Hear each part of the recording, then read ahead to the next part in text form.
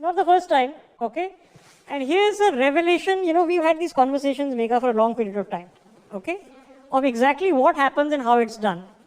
Al Jazeera, New York Times, the BBC, okay? The Washington Post. Just have a look at what coverage they're doing. So this is Al Jazeera's coverage on what has happened in Udaipur, okay? Hindu tailor murdered in India's Udaipur over prophet remarks Rao. Okay? It is a direct correlation that this is over the prophet remark. Then they go. The issue for them is over his post supporting ex-BJP officials' comments on the Prophet Muhammad. Okay? Let's just bring the Prophet Muhammad into every conversation. What is the Prophet Muhammad going to do with this? Nothing? Okay? So this is how Al Jazeera will cover it. Now, while they are covering this is one story for them. Simultaneously, here is a story they are publishing. India, Muslims see wave of attacks, hate speech on Hindu festival, right-wing Hindu groups hold processions in Muslim neighborhoods and make hate speeches. And this is the reference they're making to Ram Navami. This is Al Jazeera. Now have a look at simultaneously, and this is a person, okay, a lot of people say that she is the fulcrum of contribution towards India's social fabric, okay. Now, we in the mainstream media are being told that you are all sold out. I don't know how much money you've taken, Megha, okay, or what blackmails that is being happening to you, but we are supposed to be all sold out, Godi, Bucks, we are insulted every day, okay. Here is Arundhati Roy. Whose Godi is this? Godi is that. Now, if you say something against Arundhati Roy, no. She is a paragon of the faith. Alright? So this is Al Jazeera. So it is very selective in what happens in Al Jazeera. Okay, you think Al Jazeera? Then let's have a look at BBC. Udaipur. India state on alert after Prophet Muhammad Rao beheading. Their lead story, and I'm a professional journalist, you're a professional journalist. Their lead story is that India is on alert.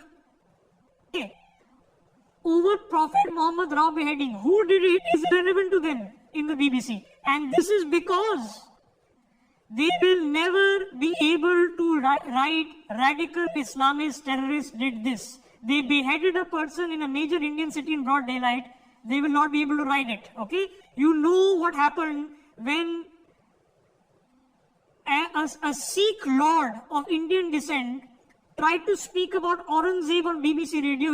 His entire show was shut down because he couldn't say that one of the Sikh gurus, Sikh leaders was beheaded by a Muslim ruler. He wasn't allowed to say it. So you see that happens. That's the BBC example number one. Now let's have an example. Simultaneously, the BBC, this is when the role is reversed, this is what the BBC reports. This is BBC's reporter Geeta Pandey reporting from Delhi. This is September last year. Beaten and humiliated by Hindu mobs for being a Muslim in India. Okay? So no problem in saying Hindu-Muslim here, but when it comes to what has happened, see the difference, okay? So this is these two. Let's have a look at Washington Post, if we can. Okay? Jai Shri Ram, the Hindu chant that became a murder cry, 10 July 2019. Okay? Hindu man killed as religious tensions boil in India, June 29th. This is the conversation the Washington Post is happening here. Then have a look simultaneously. Opinion. And who is the opinion by? You had Arundhati Roy. Welcome to Rana Ayub. What is her headline? In India, calls for Muslim genocide grow louder. Modi's silence is an endorsement. Now, how many people are so upset about the money laundering she's accused of doing, that she's being victimized? Poor girl, the poor Rana Ayub, because she is a disenfranchised Indian Muslim.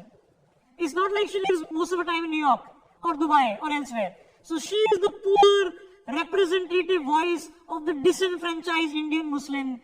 Is Rana Ayub sitting, writing and getting paid thousands of dollars by the Washington Post to write what?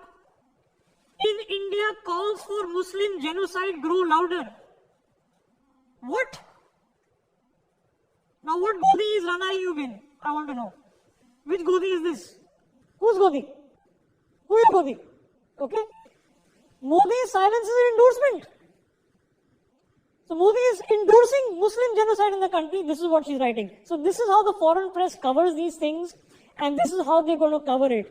If you are going to have, and I had a conversation with the South Asia Bureau Chief of the New York Times. I asked him, that when a terror attack happens in New York, you call them terrorists. But when it happens in Kashmir, you call them militants. Why? He said, oh, Rishabh, the reason is because when you attack an army target, you're not a terrorist, you're a militant. So I told him, so basically you're saying that the people on 9/11 who targeted the Pentagon were militants, but those who targeted the New York towers were terrorists. Okay, it is intellectual sophistry, and they do it because they look down upon you and they run their own agenda. They are, okay, here is Arundhati Roy writing an editorial for Al Jazeera. What does the editorial say? India is becoming a Hindu fascist enterprise. So what Godi is this?